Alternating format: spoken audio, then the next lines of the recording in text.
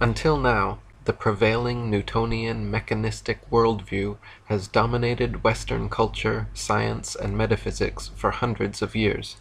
The idea that we live in an unintelligently designed universe, the idea that out of nowhere, nothing, for no reason, spontaneously became everything, has been accepted as scientific gospel. This atheistic, nihilistic, purely materialistic paradigm presented by believers of Big Bang evolution, however, cannot explain the multitude of non-physical, non-local findings in quantum mechanics. They cannot explain how consciousness, intelligence, and life supposedly evolved from unconscious, unintelligent, dead matter. They cannot explain why apple seeds grow apple trees and pear seeds grow pear trees, or how arm cells know to be arms and leg cells know to be legs. They cannot explain the holographic universe or morphogenic fields, the placebo effect, psychoneuroimmunology, acupuncture, the aura, chi or remote healing, telepathy, psychokinesis, clairvoyance, precognition, and the entirety of psi-science. They cannot explain out-of-body or near-death experiences, ghosts, entheogens, the soul, the spirit world, or reincarnation. Adrian Cooper wrote, "Although the true nature of the universe has been known and taught throughout the ages by many and varied sources throughout the world, all of which are highly consistent and in broad agreement, it is also now being substantiated by the work of modern quantum physics, and increasingly by other branches of the sciences as well. All areas of the sciences will surely soon have to accept the fact that true universal reality is not and never can be based entirely in the familiar three-dimensional world of physical matter, as has been assumed since the days of Isaac Newton, but is rather an infinite, multi-dimensional reality, a universe of living consciousness of which everyone and everything, without exception, is an integral and equal aspect. The true nature of the universe will certainly challenge the perceptions of most people, if for no other reason that throughout the ages there has been a prevalent misperception of a God who is completely separate from everyone and everything else in existence, and who rules over his three-dimensional world of matter from high places. The emerging wisdom of spiritual science has rendered the atheist materialist paradigm extinct. Consciousness, life, the beautiful diversity, complexity, and interconnectedness of nature and the universe are not the result of some random, coincidental physical phenomenon. The odds against our universe containing the precise physical forces and attributes necessary to sustain life is 1 octillion to 1. In other words, there is only a 1 in 1 octillion chance that the universe was unintelligently designed. So if there is an intelligent designer, a creative force beyond all space, time, and matter, what are the properties of this entity? Theologists and metaphysicians throughout history have agreed that this intelligent creative force must by definition be all-knowing, omniscient, all-powerful, omnipotent, and all-present, omnipresent. Furthermore, by definition, if God, an omniscient, omnipotent, omnipresent being, exists, then we all must be a part of it. In my Asbestos Head book, I wrote, "Either God is causal, singular, and separate, an outside entity somehow responsible for his own existence, the creation of the universe, and the creation of other beings to recognize him, or existence is non-causal, plural, parts and whole of all that is, with nothing outside us, because we are all infinite, self-reflexive pieces of God, interacting, changing, acting out eternity." Many people are happy to accept the notion that God is some external entity like a bearded white man in the clouds who created us and watches over the universe like a cosmic fishbowl. Others are happy to accept that there is no God and the universe, consciousness, life, matter, space, and time are all the result of a random, spontaneous Big Bang accident.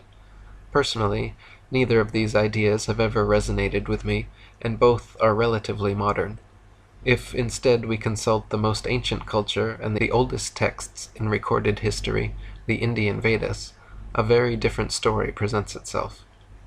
Roger Stevens wrote, "Here's a parable, an analogy, which comes from India, from the Upanishads, and is thousands of years old. It presents a parabolic answer to the root question of all religion and philosophy. Who am I, and what is this? And does so in a way which everyone can relate to. In the beginning of the world, and though it probably had no ultimate beginning as we think of them, you have to start somewhere, there was only Brahma. Being all there was, and therefore totally known to himself, Brahma soon realized that this totality of awareness would eventually become extremely boring. After all, when you know everything there is to know, then there's no surprise, nothing to keep you interested. It's like reading the same book for the 78 millionth time. Anyway, since he was omnipotent, all-powerful, omniscient, all-knowing, and omnipresent, all-everywhere, Brahma decided to create a diversion for himself, a way of introducing the elements of surprise, intrigue, and drama into his experience. He thought, what would it be like to forget who I really am? So he invented the game of cosmic hide-and-seek.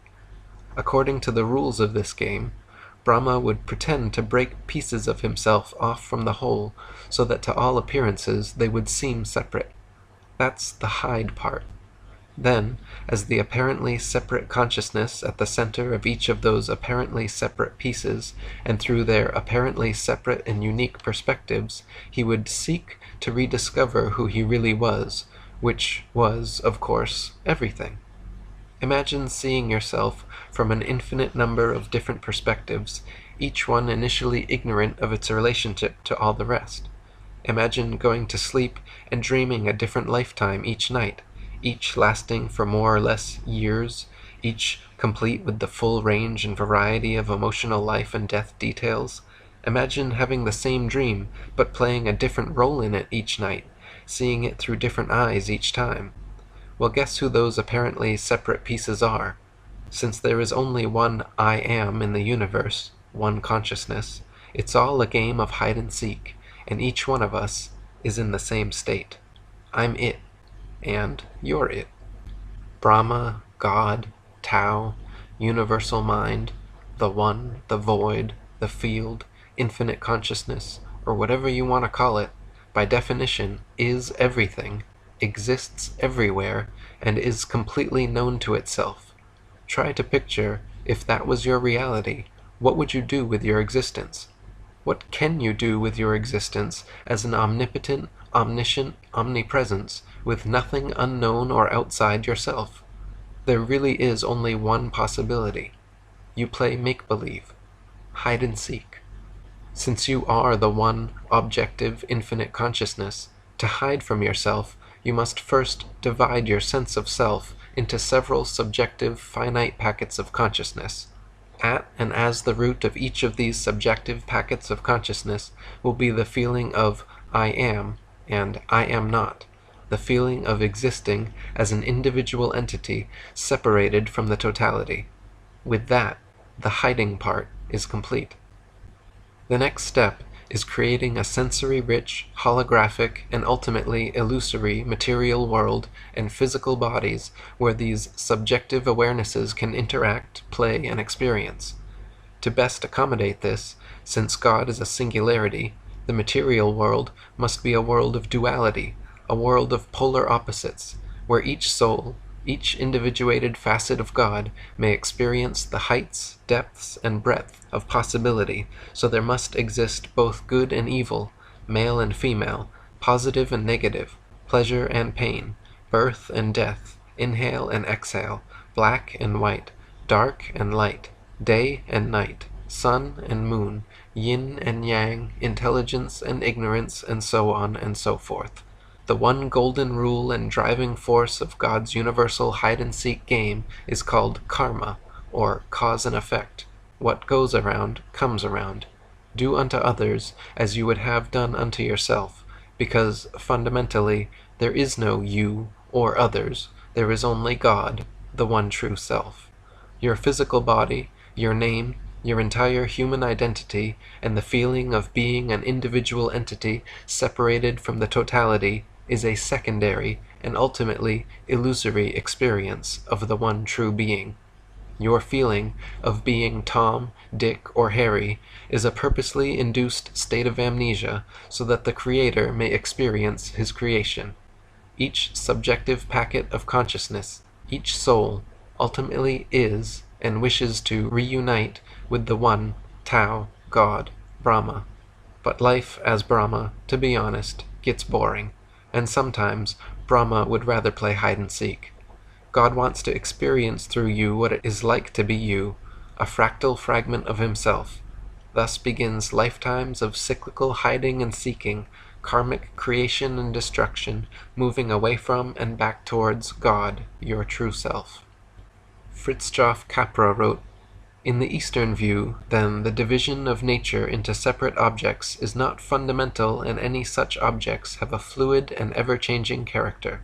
The Eastern worldview is therefore intrinsically dynamic and contains time and change as essential features.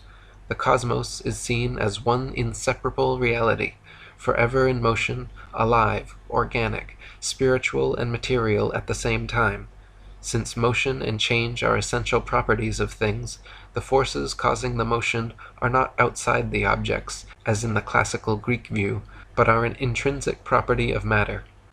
Correspondingly, the Eastern image of the divine is not that of a ruler who directs the world from above, but of a principle that controls everything from within. He who, dwelling in all things, yet is other than all things, whose body all things are, who controls all things from within. He is your soul, the inner controller, the immortal." David Icke wrote, "Think of the difference between a droplet of water and the ocean. The droplet symbolizes the sense of division, of being an individual me, unconnected to anything else. This is like identifying with being Bill Bloggs or Ethel Jones. But put that droplet back in the ocean, and where does the ocean end and the droplet begin? There is no beginning and no end, no alpha and omega, because all is one. At that level, there is no we, only an infinite I. Part of that ocean may be calm and peaceful, and another may be angry and rough, but it is still the same ocean, the same oneness. We are always the ocean, always infinite awareness, and we cannot literally become disconnected from that. However, when we forget who we are, we can be confused into a sense of division, of being the droplet, and we perceive reality through the tiny lens that this creates in our minds. We are the ocean, infinite awareness, but we believe we are just a little powerless, insignificant droplet. We identify with division and parts, not unity." Another way to understand this concept is through dreams. In dreams, you create entire worlds, environments, situations, and even other people. You interact and converse, create conflict and resolutions, get emotional and involved, but suddenly, when you wake up from the dream, you realize that all those environments, situations, and other people were really all you. They only seemed like separate individuals because of the level of consciousness you were operating on at the time. It is the same in this world, where you think you are a separate person, but in fact, when you die, a piece of God wakes up to realize he was only dreaming. Peter Russell wrote, "To many, the statement, 'I am God,' rings of blasphemy. God, according to conventional religion, is the supreme deity, the almighty, eternal, omniscient creator. How can any lowly human being claim that he or she is God? Yet when mystics say 'I am God,' or words to that effect, they are not talking of an individual person. Their inner explorations have revealed the true nature of the self, and it is this that they identify with God. They are claiming that the essence of self, the sense of 'I am,' without any personal attributes, is God. The contemporary scholar and mystic Thomas Merton put it very clearly.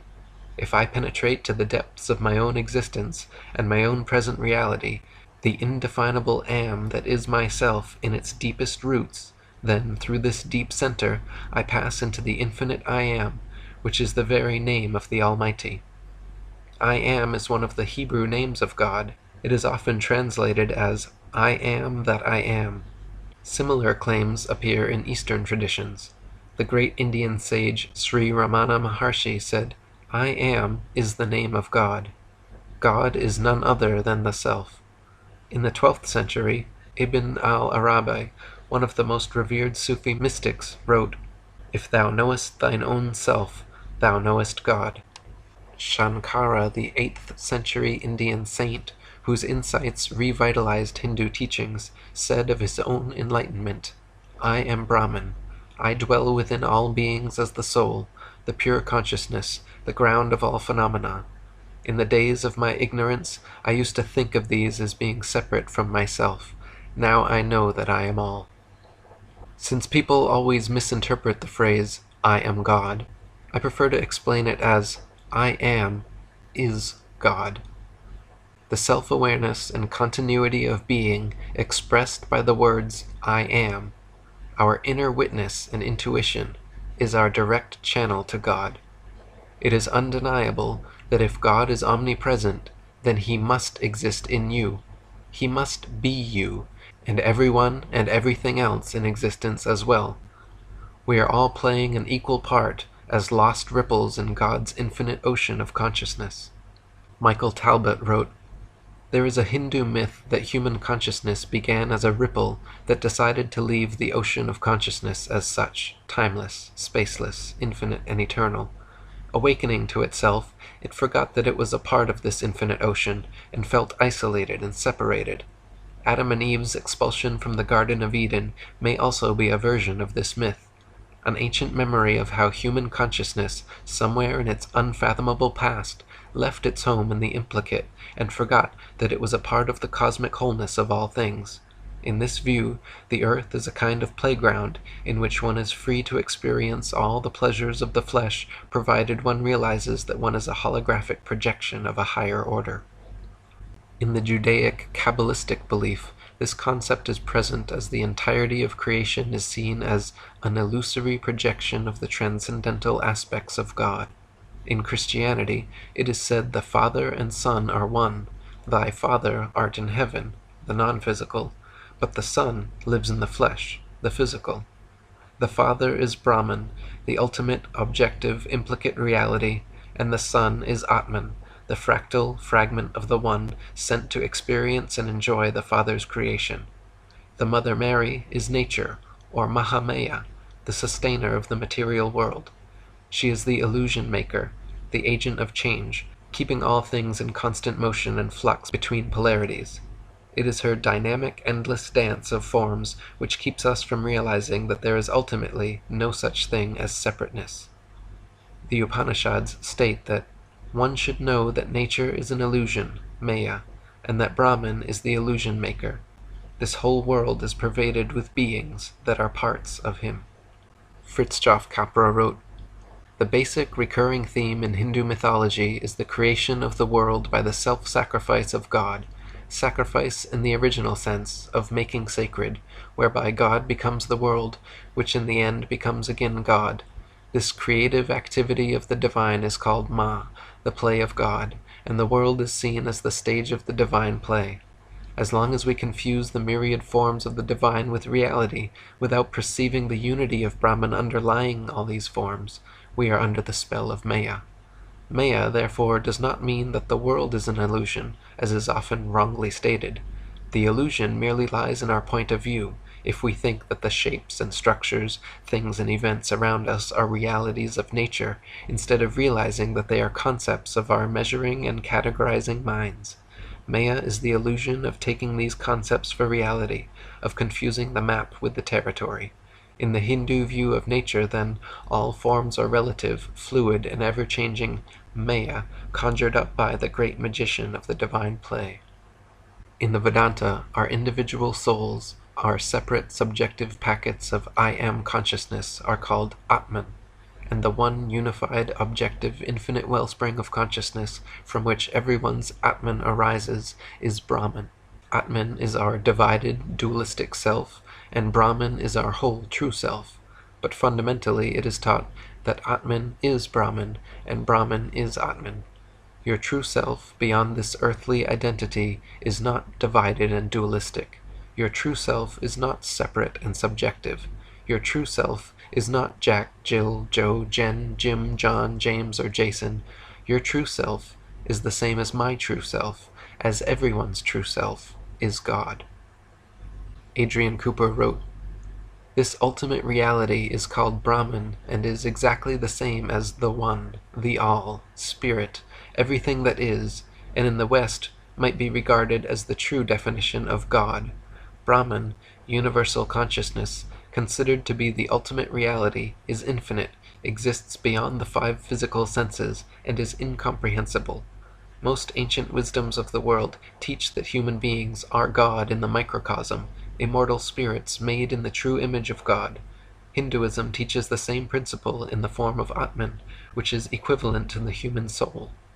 The Hindu culture teaches Atman and Brahman, the individual reality and the ultimate reality, are one." Michael Talbot wrote, "The Hindus call the implicate level of reality Brahman. Brahman is formless, but is the birthplace of all forms in visible reality, which appear out of it and then enfold back into it in endless flux. Like Bohm, who says that the implicate order can just as easily be called spirit, the Hindus sometimes personify this level of reality and say that it is composed of pure consciousness. Thus, consciousness is not only a subtler form of matter, but it is more fundamental than matter, and in the Hindu cosmogony, it is matter that has emerged from consciousness, and not the other way around." Finally, quantum physicists like David Bohm and consciousness researchers like Peter Russell have now proven what the world's most ancient spiritual teachings have long espoused for thousands of years. The faculty of consciousness is primary to the creation of the material world. A conscious observer must first exist to collapse the wave function, allowing particles to manifest into the explicate reality. This means that before the creation of the material world, there must have existed a self-aware conscious observer, God, and every physical manifestation is actually the result of his conscious creation.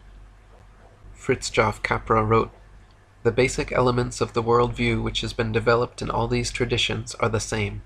These elements also seem to be the fundamental features of the worldview emerging from modern physics.